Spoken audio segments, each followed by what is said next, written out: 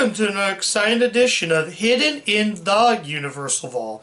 I'm Ryan, your host, and I want to let you guys know. Now, I am recording this as of now. It is 11:57 p.m. as of today. So I'm recording this, and I just wanted to clarify that out. I'm recording this very late, so I really do apologize if I stumble a little bit. It is really late. So let's actually get to the review. Now, I originally said I was not going to watch any more Land Before Time movies. There are reasons why. One, I wanted to get a shorter movie out of the way since I had some errands to do, and I never got there early. Yeah, I never got there early. So I would have watched it earlier, but I got home super late around 9. But let's actually talk about this installment. Now, well, anyways, I'm going to be taking a look at the 12th movie in this franchise. And that 12th movie is Land Before Time, The Great Day of the Flyers. This is the 12th movie in the Land Before Time installment, released in 2006, but the DVD says 2007. Now, this is going to be short because I don't have much to say about this. It's more the same. But I'm going to talk about a little bit what the plot's about, and then, yeah, let's actually talk about this. So this installment, this one is now, in this installment, this follows, yeah, don't mind that, my parents are, my mom's talking, but, anyways, yeah, and so this time, this movie's focused on Petrie. I'm going to get him out of the way. I'm not a fan of Petrie. I don't really think the character hasn't evolved much from the first movie. In fact, he got way more annoying. He basically talks in third person. So, basically now, there's an event called the Day of the Flyers. Petrie has to guide all these other, I think, pterodactyls? I'm not sure what they are. I haven't watched these movies in a while, so bear with me. So, Jet Bennett portrays Petrie in this. He's the only cast member that appears in all Land Before Time movies. But yeah, he appears in that. I don't know who voiced Littlefoot, but I can tell you Sarah's voiced by Hey Arnold's Andrea McFadden. McFadden? I think it's McFadden. But anyway, she voices Sarah. The only other cast member comes back in addition to the main cast. We also got Cameron Manheim, and we also got Rob Paulsen. He's the new cast member of this. It's great to see Rob Paulsen return in this. He hasn't voiced, well, he's the voice of Spike as well, but as a side character, I haven't seen him since the second Land Before Time movie. In this one, he plays a new character named Greedo. He's sort of like this, they don't know if he's a flyer or not, so he's trying to fit in with the other characters. So he tries the long necks, I forget who else, the tree horns. So Trixie, who's voiced by Cameron Manheim, they're about ready, there's an egg there, so they're about ready to hatch another tree horn.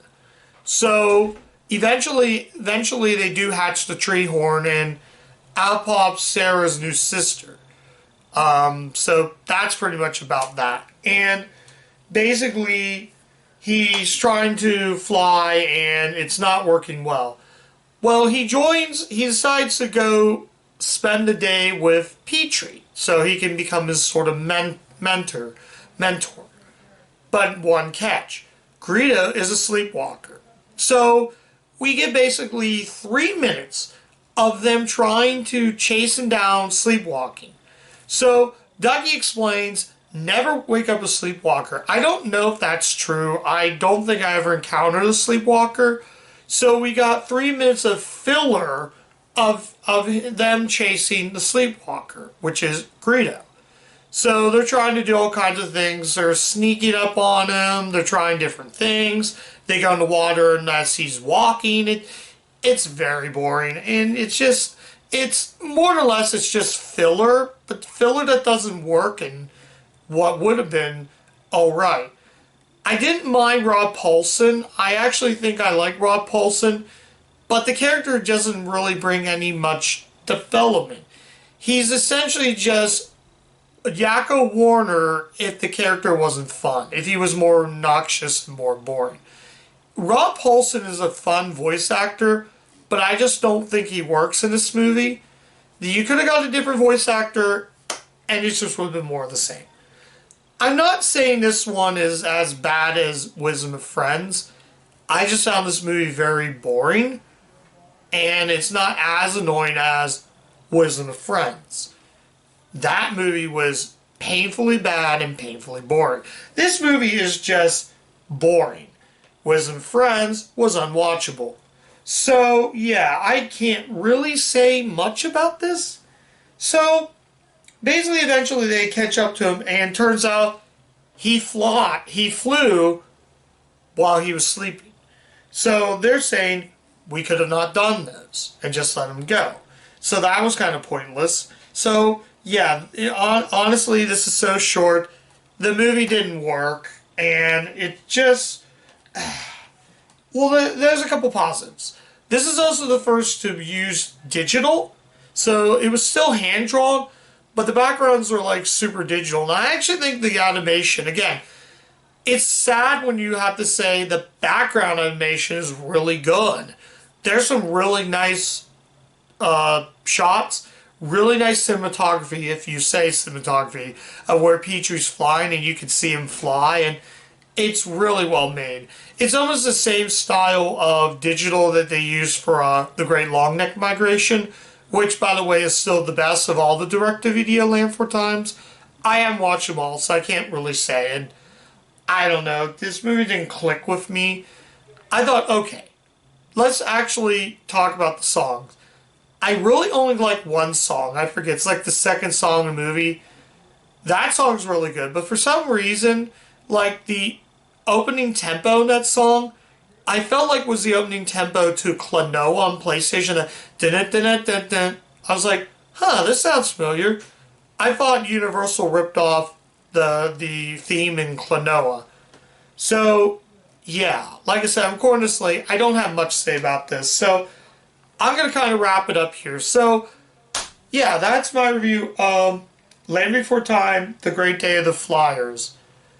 My gut instinct was saying, okay, I'm going to give this a 3 out of 5. But at the very last minute, that's what my head's saying. My heart's telling me it's a 2 out of 5. I really want to like this because the idea of flyers, but when you have Petrie who's obnoxious, a side character who didn't really bring much to it, and when it comes to animation, that's really the only positive, and that one song, which was really good. Other than that, it's just like all the Land 4 Time movies. If you've seen the original, you know what you're expecting with this. But I will say, if you want to see a movie that was focused on just... If Petrie's your favorite character, you're going to like this. I'm just going to say this right now. If you like Petrie as a character, you're probably going to like this. But if you like me and you find Petrie the most obnoxious character, you're not going to get much out of this. So, that's my review of Land 4 Time, The Great Day of the Flyers. Thank you guys so much for watching. If you did like the content of the channel, you can always check all the stuff on there. I guess follow me on socials. Follow me on Letterboxd. I do post the ratings and all that on Letterboxd before I actually review it. But if you do like what I do, check out my Letterboxd. You can find out what I reviewed and what I actually rate the film. So, yeah, that's really about it.